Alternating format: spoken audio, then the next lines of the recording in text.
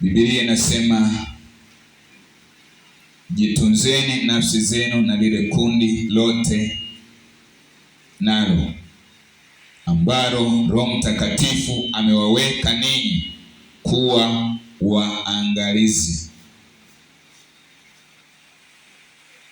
Neno kuwekwa kuwa waangalizi lina maana ya kukabidhiwa, lina maana ya kukabidhiwa. Tumekabidhiwa kazi ya Mungu, tuwe waangalizi ndani yake, mpate kulilisha kanisa lake Mungu alilolinunua kwa damu yake mwenyewe.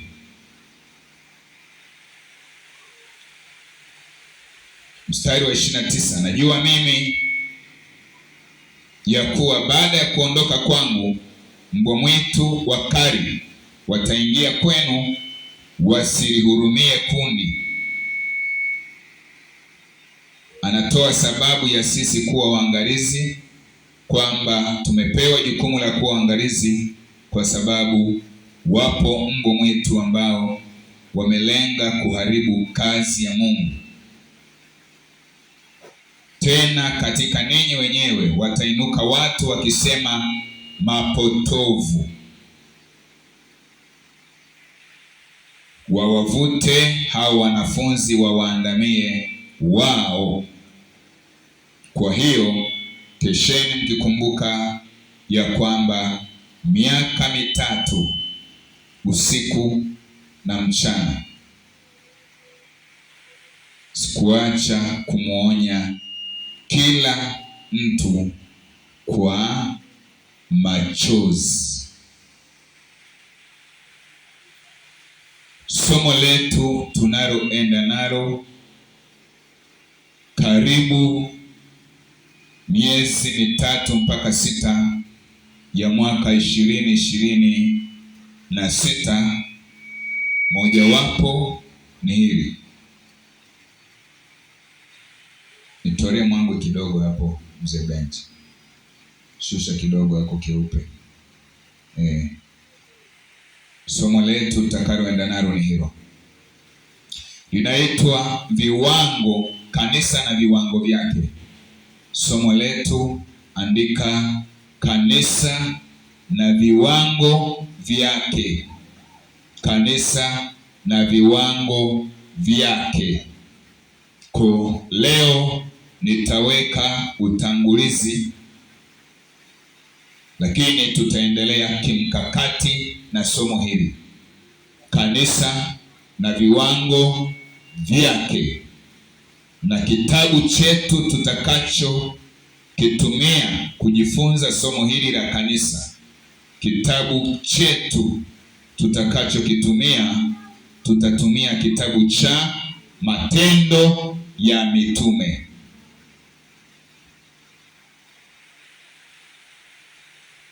Matendo ya Mitume ndicho kitabu pekee, ndicho kitabu pekee kinachoongea somo hili kwa kina. Somo hili la kanisa na viwango vyake, kitabu pekee kinacholiongea kwa kina na ambacho kimebeba viwango vyote vya kanisa ni kitabu cha Matendo ya Mitume. Kwa hiyo kazi kubwa tuliyo nayo sisi watumishi wa Mungu, tuna kazi kubwa moja ya kulibeba kanisa lililo nje ya Biblia na kulileta kwenye Biblia. Ndiyo kazi kubwa tuliyo nayo, kulileta kwenye neno, kulitoa kanisa nje kule kuliko nje ya Biblia, tulirudishe kanisa kwenye Biblia, na tendo hilo ndilo linaitwa kanisa limerudi kwenye viwango vyake. Watoto, sitaki kelele, sitaki kelele.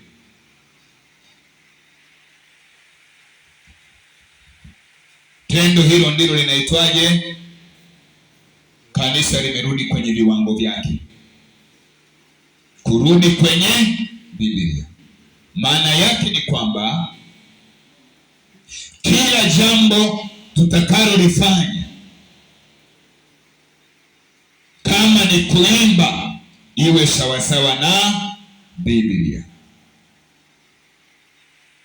Kama ni kuhubiri, iwe sawa na Biblia.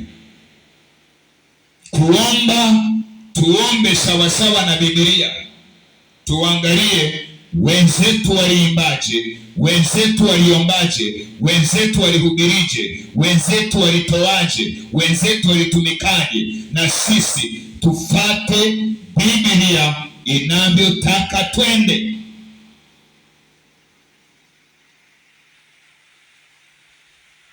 Sasa kwa kuwa somo hili lipo kimkakati, naomba nikwambie mambo yafuatayo katika utangulizi wa somo letu.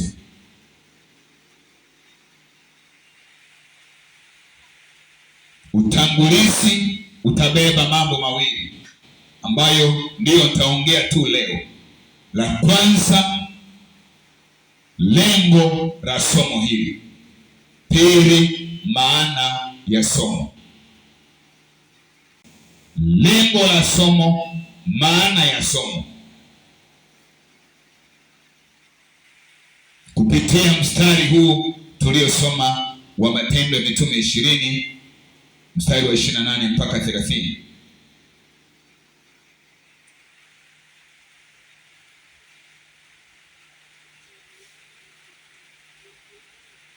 Mpaka 31.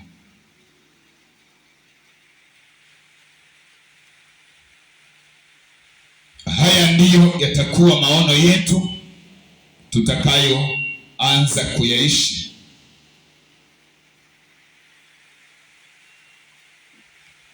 Tuanze na jambo la kwanza, lengo la somo. Lengo la somo namba 1 ni kuliandaa kanisa lenye msingi wa kibibilia. Somo hili tunapojifunza linaliandaa kanisa kuwa kanisa lenye msingi wa nini? Wa kibibilia.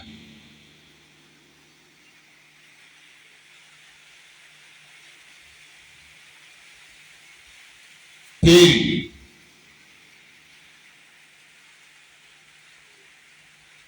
kuondoa ndani ya kanisa Ukristo wa jina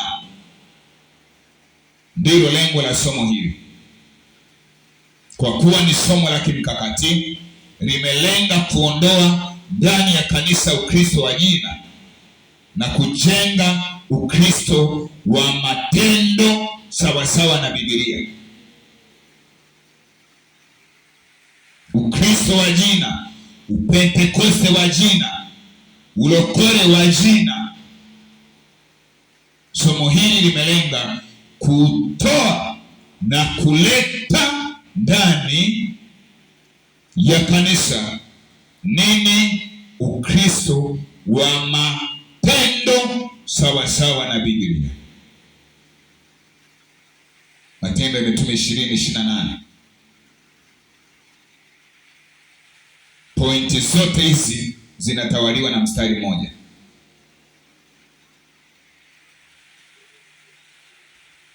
Tatu, kuliandaa kanisa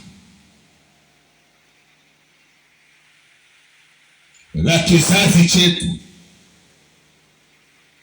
lifanane na kanisa la Matendo ya Mitume.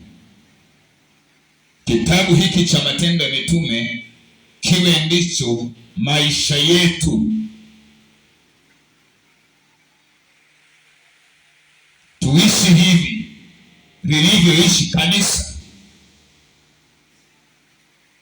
hivi ambavyo kanisa liliishi kwenye ushirika, kwenye upendo, kwenye umoja, kwenye maombi, kwenye neno, na sisi tuishi hivi. Kwa hiyo lengo ni kuliandaa kanisa la sasa lifanane na kanisa la Matendo ya Mitume. Ndio maana kitabu hiki kinaitwa Matendo ya Mitume. Maana yake ni matendo ya Roho Mtakatifu aliyokuwa akiyatenda kupitia mitume.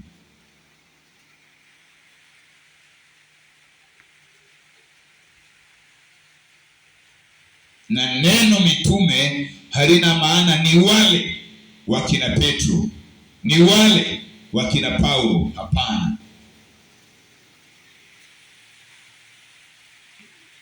Neno mitume ni viongozi waliowekwa na kanisa la kwanza, ambao Yesu aliwachagua akawaita mitume. Waliwekwa kwa ajili ya kuongoza. Kwa hiyo ni mababa wa kanisa. Halina maana watu maalum. Hapana. Ni mababa wa kanisa waliowekwa kuweka misingi. Ndio maana Biblia inasema tumejengwa juu ya msingi wa mitume na manabii. Manabii ni wapi? Ni viongozi waliowekwa kwa ajili ya kuliongoza kanisa, Agano la Kale. Mitume, kanisa la Agano Jipya. Leo pia tunao viongozi ambao ni nani? Ni mimi na wewe, na sisi tumewekwa nyakati zetu. Kwa hiyo mitume wa leo ni mimi na wewe, tumeitwa na kutumwa.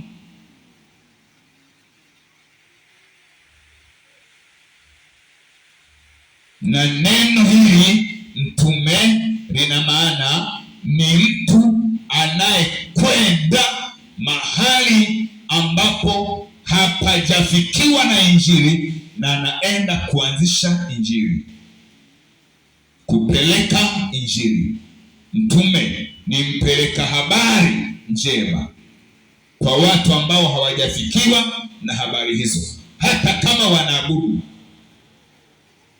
hata kama wana kanisa kubwa, lakini kama hawajapewa habari njema, mtume anahitajika wapelekee nini? Habari njema. Na hawa wapeleka habari njema wapo wawili: moja anayetumwa ndani, pili anayetumwa nje. Kwa hiyo tuna utume aina mbili. Utume wa ndani una mambo manne, tayaongea kwenye somo, na utume wa nje una mambo manne, nitayaongea kwenye somo. Tuna sendi na senda.